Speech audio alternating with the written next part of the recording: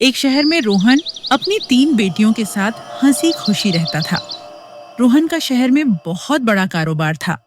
उसके घर में किसी चीज की कमी नहीं थी। उसकी बीवी की मौत एक कार एक्सीडेंट में हो गई थी। उसने अकेले ही अपनी तीनों बेटियों को पाला पोसा था। उसकी तीनों बेटियां बहुत ही सुंदर थीं। रोहन अपनी दोनों बड़ी बेटियों से बहुत प्यार करता था, पर सबसे छोटी बेटी सिया से बहुत नफरत करता था। उसका कसूर यह था कि जब सिया पैदा हुई थी तो उसकी माँ की मौत कार एक्सीडेंट में हो गई थी। रोहन अपनी बीवी की मौत का कसूरवार अपनी छोटी बेटी सिया को समझता था। एक शाम जब रोहन काम से वापस आता है तो वह अपनी दोनों बड़ी बेटियों को आवाज देता है। लता, रूपा कहाँ हो? जल्दी आओ, देखो मैं तुम दोनों के लिए क्या लाया हूँ। पापा पापा, क्या लाए हैं आप हमारे लिए? जल्दी से दिखाओ, क्या लाए हो आप? मेरे लिए क्या लाए हो पापा? सिया दूर खड़ी देख रही होती है कि शायद उसके पापा उसके लिए भी कुछ लाए हैं, पर वो इंतजार करती रहती है। फिर वो डरते डरते अपने पापा के पास जाती है और कहती है, आप मेरे लिए क्या लाए हो पापा? तुझे इस घर में रखा हुआ है, इसी में ही शुक्र मना। ज्यादा फरमाइशें करने की जरूरत नहीं। सिया रोते रोते अपने कमरे में भाग कर जाती है। वो बहुत रोती है और अपनी माँ को बहुत याद करती है। सिया अपने पापा की नफरत खत्म करने की बहुत कोशिश करती है। उनके सब काम करती, मगर सब बेकार था। लेकिन रोहन कभी भी सिया से प्यार नहीं करता। एक दिन शाम के वक्त रोहन अपनी बेटियों के साथ बैठा फल खा रहा होता है। मैं कुछ दिनों के लिए काम से बाहर जा रहा हूँ, तुम लोग घर में ही रहना, खूब मजे करना। पापा, हम भी आपके साथ जाएंगे जहां आप जा रहे हो। नहीं मेरी बच्चियों, दरअसल रास्ते में एक बहुत खौफनाक जंगल है, तुम लोगों का वहाँ जाना ठीक नहीं। तुम लोग घर ही रहो। यह सुनकर वो तीनों बहुत उदास हो जाती हैं। उदास मत हो, जल्दी से बताओ मैं अपनी बच्चियों के लिए वहाँ से क्या लेकर आऊँ। मुझे एक सुंदर मोतियों की माला चाहिए। सुना है वहाँ बहुत सुंदर फूल उगते हैं, मुझे वो फूल चाहिए। सिया इंतजार कर रही होती है कि उसके पापा उससे भी पूछेंगे, मगर ऐसा नहीं होता। फिर रोहन अपने जाने की तैयारी में लग जाता है और सिया रोहन का जरूरी सामान पैक कर देती है। अगली ही सुबह रोहन काम के लिए निकलता है। एक लंबे सफर के बाद रोहन हान होटल में पहुंच जाता है, जहां उसने कमरा बुक करवाया होता है। फिर रोहन कहना अपना सारा काम खत्म कर लेता है और अपनी बड़ी बेटी लता के लिए खूबसूरत मोती की माला लेता है। उसके बाद रोहन अपनी छोटी बेटी रूपा के लिए फूल लेने के लिए जंगल की ओर निकल जाता है। वो फूलों को ढूंढने के लिए जंगल के अंदर चला जाता है तो उसकी नजर एक बहुत ही सुंदर घर की तरफ जा पड़ती है, जहां उसको वो फूल नजर आते हैं। वो बहुत खुश हो जाता है। फिर रोहन जल्दी से फूल तोड़ता है तो उसे बहुत ही अजीब सा महसूस होता है। आसपास तेज हवा चलने लगती है और बहुत अजीब आवाजें आने लगती हैं। वो अचानक पीछे देखता है तो उसकी आंखें फटी की फटी रह जाती हैं।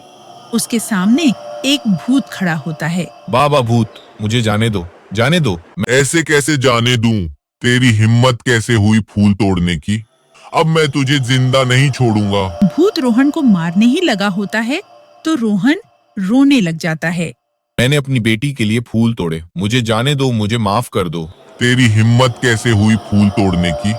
अब मैं तुझे जिंदा नहीं छोड़ूंगा। यह सुनकर रोहन को एक तरकीब सूझती है। वो लता की जगह सिया का नाम ले लेता है ताकि भूत सिया को खा जाए और सिया से जान छूट जाए। जल्दी से जा और सिया को लेकर आ, वरना मैं तुझे खा जाऊं। रोहन जल्दी से अपने घर जाता है और सिया को बुलाता है और बहुत प्यार करता है। यह उसकी चाल थी कि वह सिया को जंगल में छोड़ दे। यह देख सिया बहुत खुश हो जाती है। तो सिया बेटी, मेरे साथ चलो। सिया बिना कुछ कहे अपने पापा के साथ चली जाती है। वो सारे रास्ते सोचती रहती है कि आखिर वो कहाँ जा रहे हैं। कुछ देर बाद वो भूत के घर पहुंच जाते हैं। रोहन सिया को घर के अंदर ले जाता है। घर के अंदर एक बहुत ही डरावना भूत बैठा होता है। सिया भूत को देखकर बहुत डर जाती है। बचाओ पापा, ये आप मुझे कहाँ ले आए हो? अब तुझे यहीं रहना है, समझी? रोहन सिया को भूत के पास छोड़कर चला जाता है। सिया बहुत रोती है। अब तुझे यहीं मेरे साथ रहना है। भूत उसको बहुत डराता और उसको खाने को भी कुछ नहीं देता। एक दिन भूत के पाँव में कांटा लग जाता है। सिया को उस पर बहुत तरस आता है। वो उसके पाँव में मरहम लगाती है। भूत यह देखकर हैरान हो जाता है। मैंने इसको बहुत परेशान किया, लेकिन फिर भी इसने मेरे लिए मरहम बनाई। वो आहिस्ता आहिस्ता सिया को पसंद करने लगता है और सिया का बहुत ध्यान रखता।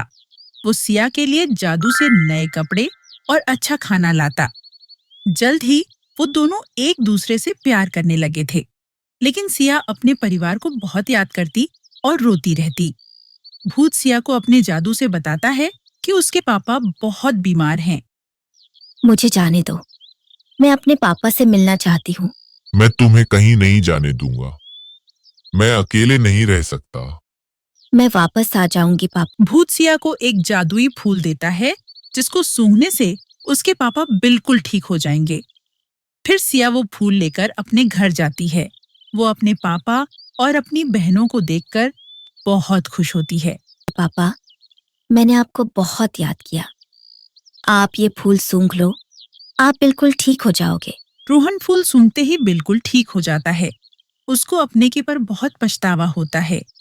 सिया वापस भूत के पास जाती है। मुझे यकीन था कि तुम जरूर वापस आओगी। एक आप ही हो जो मुझसे प्यार करते हो। मैं तुम्हारे साथ रहना चाहती हूँ। भूत सिया की बात सुनकर एक खूबसूरत लड़के में बदल जाता है। तुम तो भूत थे, तुम कैसे बदल गए? मुझे एक भूत ने पकड़ लिया था और मुझे भी भूत बना दिया था। कहा कि एक सच्ची और अच्छे दिल की लड़की ही मुझे साधारण इंसान बना सकती है। फिर सिया और मनीष शादी कर लेते हैं।